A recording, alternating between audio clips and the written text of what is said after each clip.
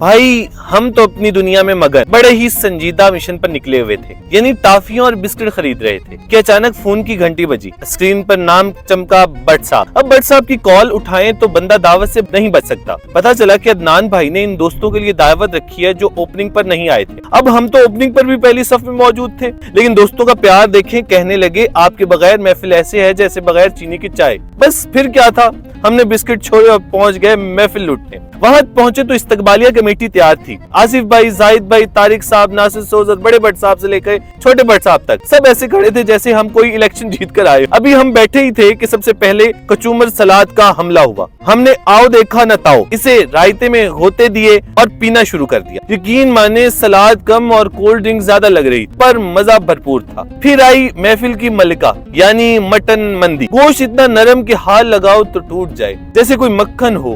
एक एक रेशा अलग अलग चमक रहा था। अभी हम चम्मच पाने ही वाले थे कि छोटे भट्ट साहब ने मार्शल लॉ लगा दिया। हुक्म हुआ आज चम्मच नहीं चलेगा, सब हाथ से खाएंगे क्योंकि बरकत हाथ में है। हमने कहा बिस्मिल्लाह। मंदी के ऊपर वो काली सौगी, गाजर का मुरब्बा और साथ में वो तीखी मंदी सॉस। तौबा तौबा, ऐसे लग रहा था जैसे जबान पर कोई मेला लगा हुआ है। अभी हम मंदी से नबूद आजमात थे कि एक और सरप्राइज की एंट्री हुई। गर्मा गर्म लजीज बटेरे। वाह भाई वाह, बटेरे ने तो रही सही कसर निकाल दी। और जब पेट पुकार उठा कि बस अब जगह नहीं, तब भट्ट साहब ने मेरा कमजोर पॉइंट यानी ठंडी मीठी खीर पेश कर दी। अब खीर को मना तो करना गुनाह है ना। आखिर में आई महफिल की शान कड़क चाय के कप, यारों की गपशप कह के और वो भट्ट साहब की शरारतें। सच पूछे तो ऐसी महफिल ही जिंदगी का असल सुकून होती है। आना तो बहाना था, असल में दोस्तों के साथ वक्त बिताना था।